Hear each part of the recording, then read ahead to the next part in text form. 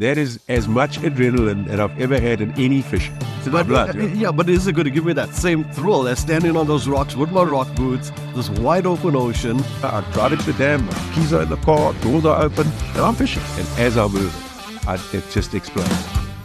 There you go, buddy. Hit now! This is the Angler News SA podcast. I'm Vanessa Green. So hey guys, welcome to another expert series on Angler News. The topic today is, why should we consider freshwater fishing? Now I'm sitting with a seasoned expert over here, a seasoned rock and surf expert, Mr. Dave Irvin, who was a competitive rock and surf angler, very reputable, very decorated, and for some reason, he no longer fishes rock and surf. He has completely flipped over to go freshwater fishing, which got me thinking, is this something we should consider, right? I'm an angler that fishes all facets, but there has always been this discussion where some guys are either saltwater or they're either freshwater, and they wouldn't consider or try any other. However, we've got Dave, who now purely does freshwater fishing, more so on the bass side, right? And we are sitting with him. Dave, thank you for joining us today. This is not your first time on the show. Now, you've given me enough advice on saltwater fishing. You talk about the moons, you talk about the winds, you talk about virtually everything because you know it all. But you don't do it anymore. You go freshwater. Why? Firstly, thanks, Vinesh. Absolute pleasure. Effectively, it all started with COVID. Okay, so I'd fished 30 years, obviously competitively, loved every minute of it. We traveled the coast from Bashi River up to Kosi. Absolutely loved it. And then obviously what happened with COVID is they shut the beaches down and the dams opened up prior to the beaches. It's actually started with Penny, my wife, who said, no, she's going to take the kids to go bass fishing to the dam because the dams at least were open. Now, let me just stop over there. Have you bass fish or freshwater fish prior to this? Yes. From the day I was born, if there was water and a fish, I had to try and catch that fish, whether it was in the sea, the dam, the river, whatever. So I had done some bass fishing when I was a kid. Right. So Penny takes the kids and goes bass fishing. She takes the kids and goes bass fishing. So the first time I don't go with, and I think, nah, I haven't got time for that. I don't even have the right equipment, this, that. Yeah. Anyway, the second time she went, I thought, no, I want to go with. And it was winter by then. It was pretty cold. Yeah. And I went with, and I picked up a lipless crankbait, and I thought, let me give it a go. And I caught one or two bass, and that was where it started. And I think what it actually is, my personal feeling is that because I at with rock and surf, I fished at a high level, and I fished with some top anglers in the country, never mind only here. I'm talking proteas, etc. It's at a high level. So when I got back, obviously, once I caught a couple of bass, I now want to make sure that I really understand this. And I started to try and study it. And it very quickly went out of control where I found it so, I found it so stimulating because it's so different. Okay. You got to understand bass behavior. So you can't just go bass fishing and catch bass. It's just, if you go with the worm, you might catch these little bass all day long. That's fine. Yeah. But if you really want to go for big bass, you've got to start understanding what these bass are going to do. There's 4 seasons. What are they doing in those 4 seasons? When are they coming shadow? Especially if you're bank fishing. I started off bank fishing. Yes. Obviously now I fish a lot off the boat. I've caught some really big bass. And the more good bass you catch, the more you're wanting to learn about this. And I don't believe that one can learn everything about bass in one lifetime. And it just didn't leave any space left for rock and surf, as much as I loved it. This is what I can't understand, right? Rock and surf, we catch various species throughout the year, and there's still a lot more species that we could catch in our lifetime, right? Yeah. Bass is one species.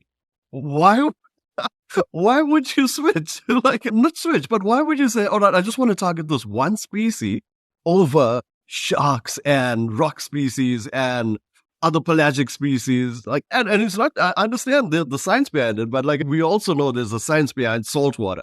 Absolutely, yeah. So why would you switch from a variety of species to one species? In reality, with rock and surf fishing, we were competitive anglers. So essentially we were fishing for weight. For example, most of our competitive rounds that we fished, we weren't necessarily fishing unless the weather forced us to fish for edibles. So that big variety of stumpies and speckled snappers and whatever would only apply if the weather forced us to fish for those. Otherwise, we're fishing for sharks, we're fishing for big sandies or diamonds, whatever. So if you, for example, with rock and surf fishing, my bass of rock and surf fishing was sand shark. Okay, so I would target sand sharks whenever I could. So I wasn't worried about the variety. I mean, you were known as the sand shark master. That was my game. Exactly. So the point I'm making is that if I could go every day with rock and surf tackle and go and catch a sandy, that's what I would be doing. Yeah. So the fact that I'm just catching bass is the same as me just catching sandies. Yeah, but the pull is clearly different.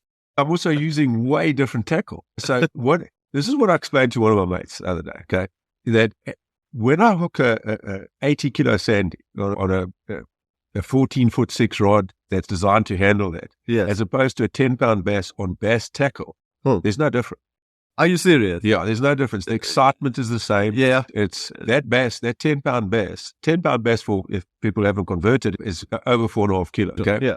That means that bass is going to test your tackle. So at the end of the day, if you hook that bass and he's close to structure, he's going to try and go into that structure, just like a kingfish, if you know anything about rock and surf. Yeah, he's going to try and do the exact same thing. And you got to get him out of that. You got to get him to the boat or get him to the shore. You got to land him. So there's no difference in my mind to a big sandy on big tackle versus, a 10-pound bass on bass tackle. It's the same thing. It's the same excitement. And I think for me personally, the biggest thing is that it's not that I had achieved everything I wanted to achieve in rock and surf fishing. My biggest thing was to win the league and all of that sort of thing. Yeah, get my North Coast colors and all that. I did all that. I'd done it all. I'd caught those fish I wanted to. I think at one stage I tagged the most sandies in South Africa. I tagged, if I remember right, like 100 or 120 or somewhere. And I had lots of recaptures. In fact, it could have been that I had more recaptures than anyone in the country. I can't remember. Yeah. But it was lots. And so effectively, like I said, those sandies that's where I got my real kick. So if we were fishing around and we were catching diamonds, and I would, if I hooked a sandy, that's not what the team wants, because that sandy's going to take much longer than a diamond. And the result is I almost want to break the sandy off so I can catch the fish that we're going to count. Yeah. Okay. With bass, it's the same sort of thing. It's just that it's new to me. So I'm learning it all, and it's just maybe. But I get that. Everything new is exciting. Yeah. But to say I'm only bass fishing, what you've accomplished with rock and surf, you don't even have any surf tackle anymore. No, I sold it to buy the bass stuff. It's to be part of it. Okay, tell me about this, right? Does it give you the same adrenaline as rock and surf? Because the thrill I get from rock and surf is running up to the rocks, getting wet with this wave, the splash is out there, put a shot out. Right, you got this wave, wider grounds to fish than a dam. And I don't know whether I'm getting that diamond, whether I'm getting a sandy, whether I'm getting a kingy. Obviously, I know what I'm targeting, but there's so much more if I'm fishing non-eds, or so much more if I'm fishing edibles. Yeah. If I walk up to the dam, I don't know if I'm going to be feeling that. I mean, I would still fish it, because like you said, if there's water and a fish, we are going to fish. Yeah. But is it going to give me that same thrill as standing on those rocks with my rock boots, this wide open ocean, right? Knowing that could be a shark coming out, as opposed to taking this casual walk down to the dam, still water, not casting 200 meters out. You throw 50, that's a long throw with that small tackle. But to answer your question straight up, yes, you still get it. I'll give you an example. Okay, we're on the boat. It's November. So which means that it's basically the end of spring. Those fish are they're still spawning. They actually come up in waves. So in November, there's still ones that are on bed. It's at early wood. It's early, quite cold. And I see, okay, this is perfect for top water. Right. I throw a long cast. I don't want to go in, because if there's a bed, I don't want to upset anything. I throw this thing out. I let it settle. Let the ripples go away from this top water. And as I move it, it just explodes. Yeah. 10-pounder hits this thing into the air. The whole fish is out. That is as much adrenaline that I've ever had in any fishing. Wow. So I did a lot of ski boat fishing too. So a lot of big kuta, 28-kilo kuta, a lot of wahoos. We had 3 sailfish on at once, which is exciting. Just 3 of them crossing lines. That's insane. Chaos. Yeah. This was just as exciting as any of them. When you see a giant bass hit a top water, it's as exciting as anything you're going to get in rock and surf. That's for sure. Wow. Okay. That does sound pretty exciting. Yeah, amazing. I was in awe, if that makes any sense. And I've been fishing all my life. To see this fish that big, hit that thing so hard, and the whole fish is breached. It's out the water, the entire fish. And then when it eventually lands and starts to pull, I realized that I have to lock down this reel, because whatever drag setting I had it on wasn't enough. Okay, that's when you start paying attention. It's as exciting. Adrenaline the same. You're shaking. Yeah. And, no. All right. So getting into the freshwater side now. So I'm considering switching from salt to fresh, right? You got me thrilled with the the thought of a possible big fish doing what it has just done, where would I start? Because from what I've heard you say, there's almost like no end. But where would you start? Would you just, okay, this weekend the weather's not so good for saltwater? Should I go to a dam and just start? 100%. Go just, take a 5-inch Senko, 5-inch worm, basically. Put that out, Texas rig there, throw it around, you will catch some bass. So you just got to catch a couple of smallies and you'll get hooked if you haven't done it before. But at the end of the day, the perfect scenario is not necessarily to be like me, that it's all or nothing. Yeah. I think the best scenario is a mate of mine, Dale Mack. He loves bass fishing and he's a Protea rock and surf angler as well. So he does both. So what he'll do if the rock and surf is not really, the sea's upside down or this or that, he'll go bass fishing. He's got a bass boat. He's got all of that. There's another guy that fishes for an opposition club to us. He's actually trying to get his Protea colors for bass. He's already got them for rock and surf. Wow. So there are guys that do both. Okay. There were a couple of things in rock and surf that I got a bit tired of. Okay. And that was the fact that our vehicles aren't safe anymore. There was drones that I believe that's been out. Yeah, that's out the window now. Yeah. But those drones, if you want another side of the drones, we can do a podcast on that. And so good that this is banned. And at the end of the day, there were those things. And obviously when you're fishing in competitive environment, clubs, unions, that, there's always politics. So 30 years of all that culminating, and then I could find this bass fishing and I absolutely love it, and I can do it all on my own or with one mate on a boat. Yeah. And for example, if he's away for this long weekend, it doesn't worry me. I'm just going to get in my car, load 3 rods, go down to the dam, have a ball. And my thing is, I don't mind going and fishing for 3-4 hours and not getting a bite because I'm trying to catch that bigger fish. I've figured it out that this time of the year, it's now pre-spawn. They're going to be coming up. Yeah. Big ones are going to be there.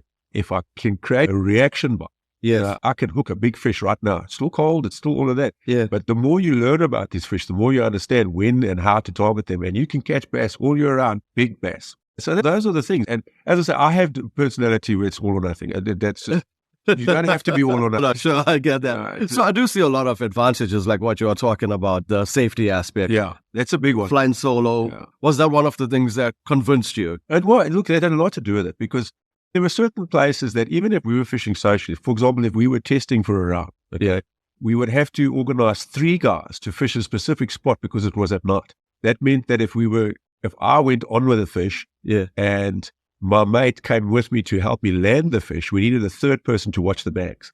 I get you. Okay, so that's where I started having a problem. And then at that same beach, lots of where security guys or even cops actually pulled out and say, hey, guys, be careful. We've had issues on this beach, that kind of thing. And then recently, a known guy, that owns tackle stores and all sorts, his car was broken into in the Solid Rock area, Melito area, once a week, for 3-4 weeks. That's just great for a quick throw before work kind of thing. Yeah. That's the kind of thing that it's got for me. I go I pay for the year, I drive into the dam, my keys are in the car, doors are open, and I'm fishing. And there's no issue, nothing. Yeah. And that part I love. And I love the fact that I don't need to get 2 other guys so I'm safe. I don't need any of that. So I'm doing something that I absolutely love, which is fishing. Whether it was rock and surf or bass fishing, I love fishing. So I'm fishing, and at the end of the day, I'm safe. So that has played a big role, Oh, that is fantastic, yeah. The other side of it, quickly, Vinesh, is the fact that you can go down all sorts of rabbit holes with bass fishing. You've got to then, the fact that I've been fishing all my life has limited me to, I want to do this, I want to do that. You start bass fishing and you don't know what you like, and you end up doing all of it. You will need to buy another house to store your bass tackle. Absolutely, yeah. I thought I could get away with 2 rods. I've got 8 or 12 or whatever, and spare reels and an end. It's a different game, and I love it. Fishing is fishing. Catching a fish is catching a fish, whether it's rock or surf or bass fishing. Yeah. It's fly fishing for that matter. At the end of the day, to me, it's the same. Simply that adrenaline rush is there. I still battle to go to sleep at night because I know I've got to get up early because I'm going bass fishing. I did the same with rock and surf. Yeah, sure. So that's what it is. So nothing's changed in terms of the species that I'm targeting. Yeah. The whole experience is I'm finding this better because I haven't got a safety issue, et cetera, et cetera, et cetera. And I also don't have to find mates to go fishing with. I can just get in my car and go fishing. You won't lose out by doing both. In my case, like I said, I'm an all or nothing guy. All my mates can't believe it. No, I couldn't believe it. I probably will pick a rod up again one day. But at this point in time, I'm still... Yeah, I've known you for a couple of years now. And ever since I've known you, all you do is talk bass. Yeah. But then I know of your reputation on the saltwater side, especially with the sandies. So I thought, you know what? You're the perfect person to find out why should we go freshwater fishing. So guys, this is where we have it. Dave Irvin explaining to us why we should go freshwater fishing. The choice is yours. You'll have a ball. You will have a ball. We fish all round. I fish all round. We've got a few of my mates fish all round. But like I said, I know a lot of guys that it's either saltwater or freshwater and no crossover. And you've crossed over and drink cross back onto the other side of the fence. I have. Yeah, admittedly, I have. But Dave, it's been an absolute pleasure. Guys, this is our Angler News Expert Series. Dave Irvine. He will be back. I have no doubt. There's a lot more we need to find out. And I think we're going to start diving into more of the freshwater side with Dave, more on the bass side. So until the next one. This is the Angler News SA podcast. I'm Vanessa Green. Find more episodes at ecr.co.za under podcasts or your favorite podcast app. Let's fish for the future.